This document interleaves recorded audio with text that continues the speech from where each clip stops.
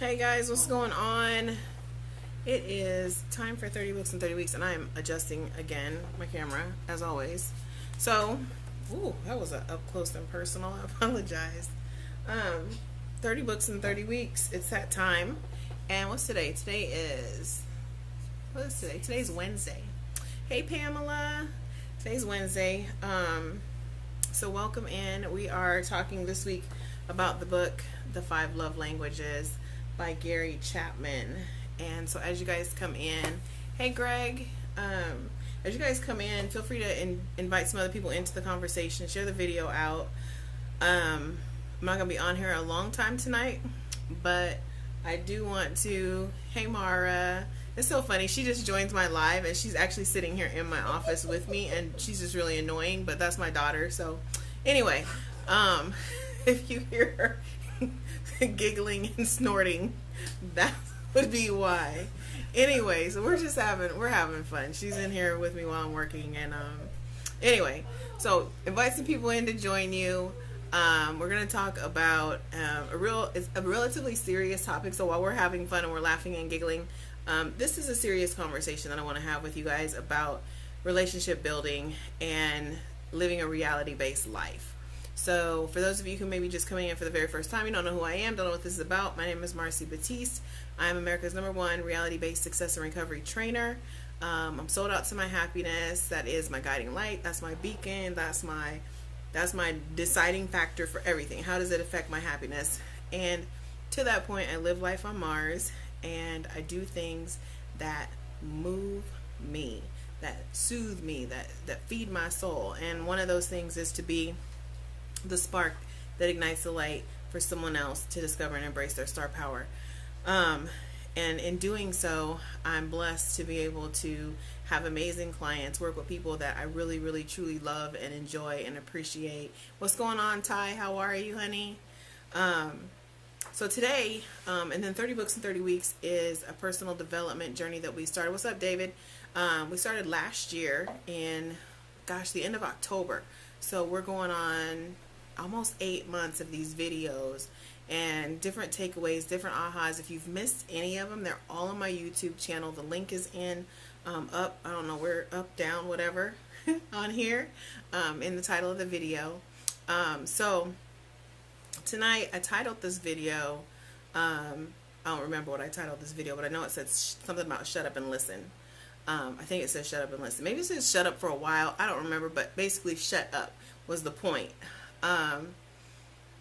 As it relates to relationships, sometimes we spend too much time talking and not enough time listening.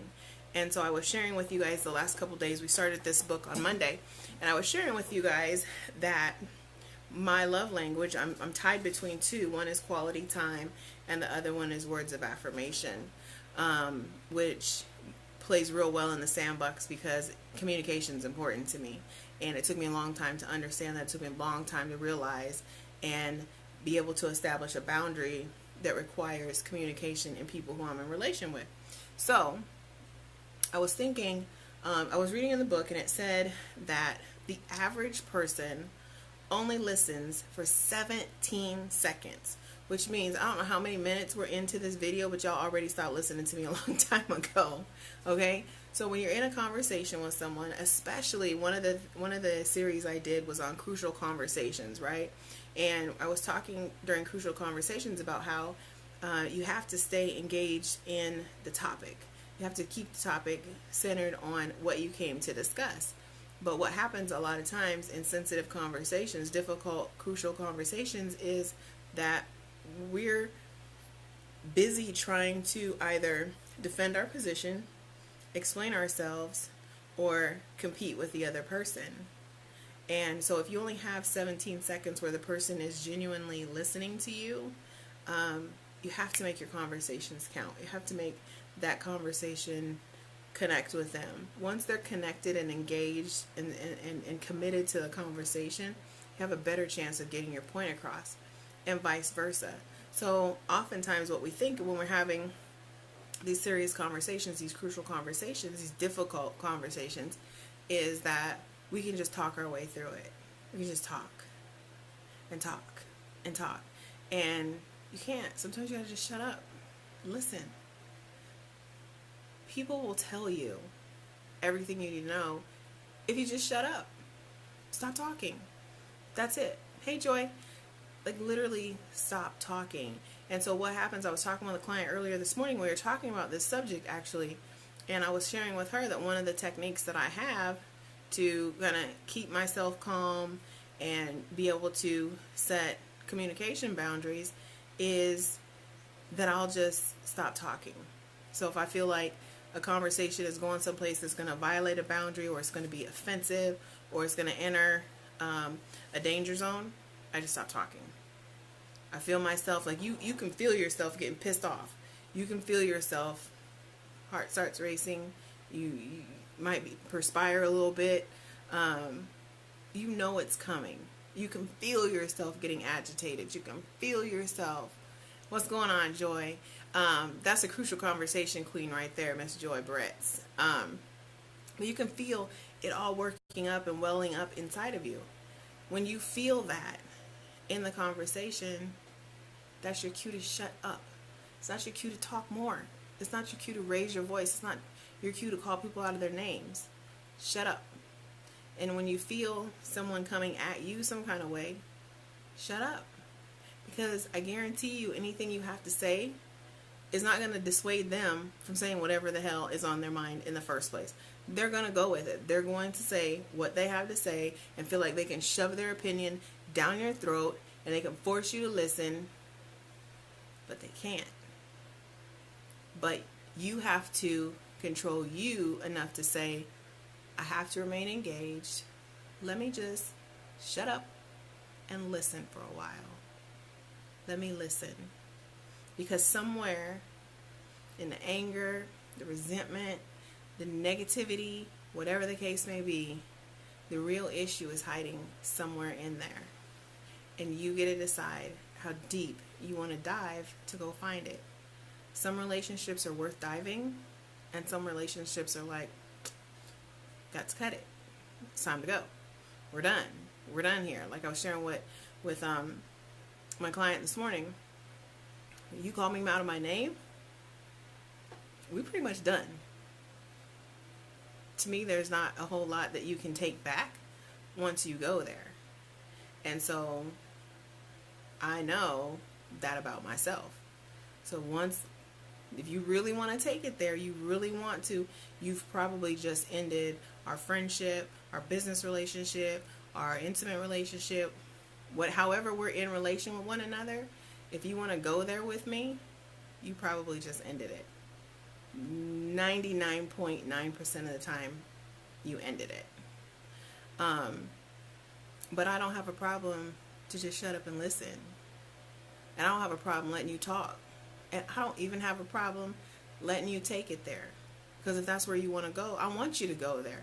I want to know authentically who you are and how we're in relation with one another. So I have to shut up and listen. I have to let you say whatever it is you're going to say. I don't have to own it. I don't have to receive it. But I'm going to hear you say it, right? That making sense? Silence is golden. How you respond is up to you. Exactly, Joy. Exactly. You always get to choose how deep it goes. And you get to choose when you want to withdraw from the conversation. But you'll never know and you'll never recognize those cues if you don't learn to just shut up. And people are like, oh, shut up is an ugly word. Shut up is well, it's real talk. Just shut up. Like, I'm not trying to sugarcoat it for you. Sometimes that's really legit. What people need to do is just shut up, quit talking, listen for a minute.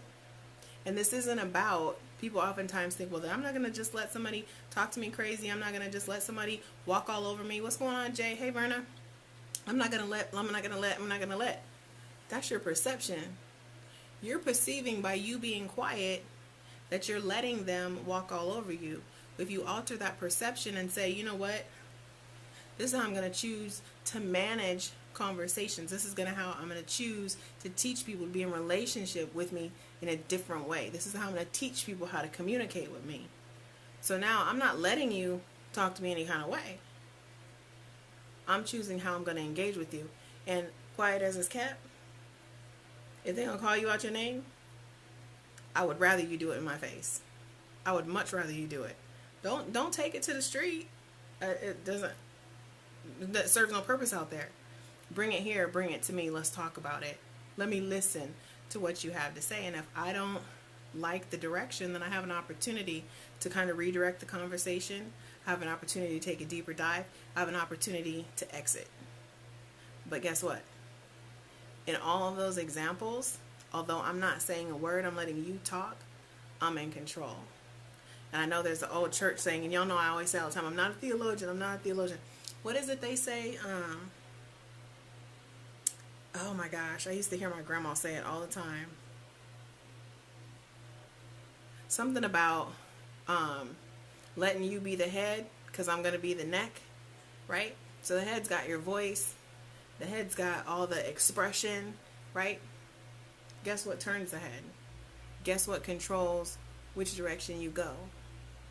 The neck. So I'm always going to rather be the neck than be the head. And I never understood that as a little kid. And now I finally get it. And I'm like, yeah, that's what I want to be the neck. I don't want to be the head. That's not where it's at. The head is being able, or being the neck is about being able to remain in control, operate the things that are within my control, operate in a space that makes me feel safe, that allows me to continue to be respected for myself. If somebody wants to disrespect you or be disrespectful of you, they will be. That's a newsflash. They will be. So let it happen. But you get to choose then to not be in relation with somebody like that, because that's not what you want for your happiness. That's not what you want for your experience. Does that make sense?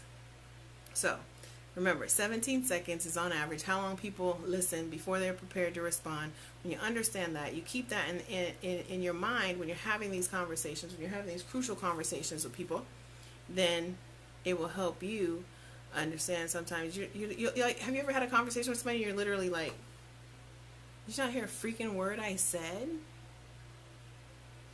No, they probably didn't. Honestly, they probably didn't.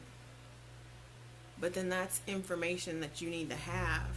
That tells you they don't listen to you. That tells you that there's a certain level of respect that's not there. That if that's important to you, you need to elevate that. You need to bring that back. You need to circle that conversation back around. But again, all of this is about you staying in control of you. You driving your own car. You being responsible for you. Your business, my business, your business, and God's business. Which one do I have control of? My business. I'm going to let God do his thing. I'm going to let you do your thing. And then I'm going to decide, does that work for me? Right? Does that make sense? So that's the message tonight. Think about that. The next time you get into a crucial conversation, a candid discussion, an argument, whatever the case may be, I don't argue. This is why. This is why I don't argue. It's pointless.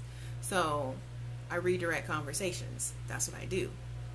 And that pisses people off sometimes. But guess what? People don't really try to argue with me anymore either. It's kind of futile. If I don't say anything back, you can't argue with me. So keep that in mind as you go through the next couple weeks, next few opportunities that you have to have a crucial conversation with someone.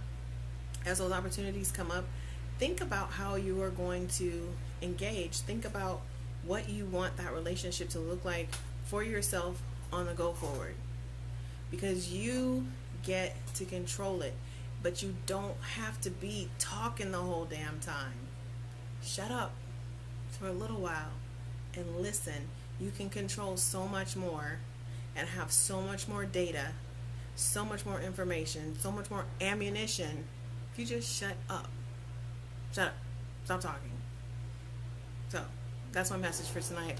What's Ty say? Sage wisdom. Hey, what's going on, Patrick? Leo? So that's the message for tonight. 5 love languages. My 2 love languages are equal: quality time and words of affirmation. I'm a communicator. That's what's important to me. This all makes sense. This is why it makes sense. This is why when I've been in relationship with people before and they were poor communicators, relationships didn't work out because I didn't feel my needs weren't being met. My love language wasn't being spoken. So Talk to you guys tomorrow night. Have an amazing rest of your evening. Feel free, if you haven't already shared the video out, share the video out. I'm sure there's somebody that needs to learn how to shut up every now and again. So, as always, guys, thanks for living on life on Mars, and thanks for being a part of the Ultimate Power Team. Have a good one.